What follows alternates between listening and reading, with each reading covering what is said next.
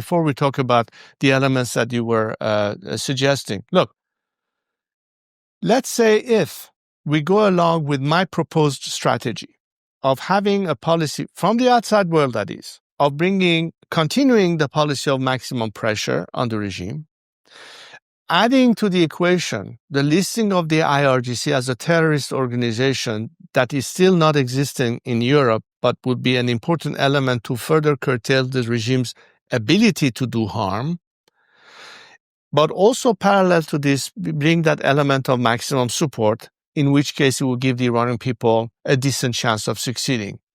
These two factors combined will lead us to a third element that I would like to also bring as a matter of consideration on the table, which is very important for the transition aspect. And that is, as a result of the first two elements, we can start expecting maximum defection. Why is that important? Maximum defection has two importance. One is domestic, one is international. Domestically, it means you reduce the element of resistance by the regime at the very end to attempt a genocidal type of repression, as Bashar Assad tried to do in Syria, and so on and so forth. That means that except for the very elements that have their hands soiled in the blood of the Iranian people that will have to account in a court of law in the future, the majority of these elements can survive regime change and have a future beyond this regime, meaning that they are not in no man's land, meaning that if you are a member of the core of the IRGC or military, and you are not directly responsible for those heinous crimes, there's no reason why you should not have a place in the future of Iran. And we make the contrast between what's important to happen in terms of our national reconciliation and amnesty, the process of truth and reconciliation in South Africa as an example. Transitional justice is key because there's not a family in Iran that hasn't been somehow affected by this regime, but we need to have a legal process that addresses that, and we have experts that are dwelling on the subject.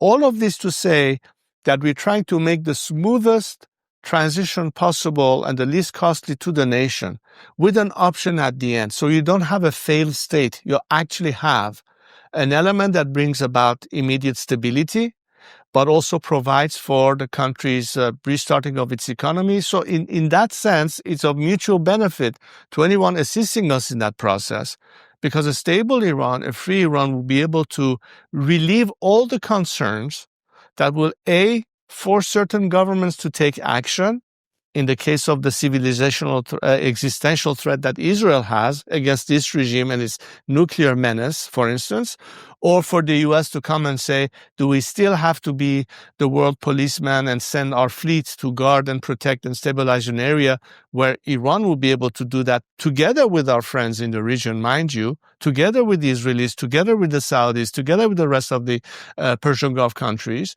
so they will not have to involve any foreign power to be there again, and let us do that part of the job. This is the way I see the situation evolving. But all of this is hinging on the fact that the time is now, the regime is at its weakest, the Iranian people are more than ever ready for that change, they are calling for it, and all the world needs to do at this point is to give us that extra lift, if you will. Now, I've always said, by the way, to my fellow Iranians, that we cannot depend on any foreign government or countries for our liberation. We can only count on our own resolve.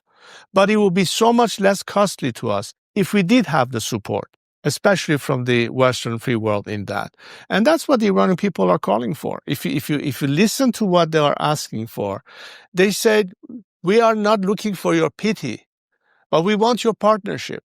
We want you to consider us as your partners in the solution to the problem. We will do the job, but help us win over this evil regime, because at the end of this regime, we will be faced with a nation that demands nothing better than happy coexistence and rejoining the community of free nations. This regime will not do it. So whether it's President Trump in the White House or any other foreign leader sitting in their respective capitals, thinking that there's any way to properly come to a compromise or a deal with this regime, you have another thing coming. It simply means you haven't learned your lesson yet. You haven't still understood that as long as this regime remains in place, you will continue having the same problem.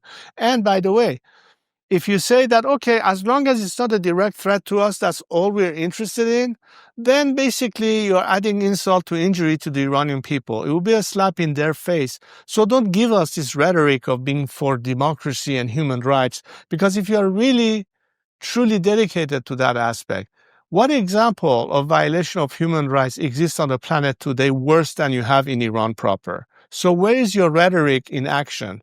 We don't need to have some kind of legislative statements by this or that parliament. We don't need to have symbolic acts of women parliamentarians in Europe cutting their hair in support of the Massa movement, because their government is still trying to cut deals with the regime, is still bowing to the regime's blackmail of hostage-taking, and they're turning their back on us. Look, Iranians are not stupid.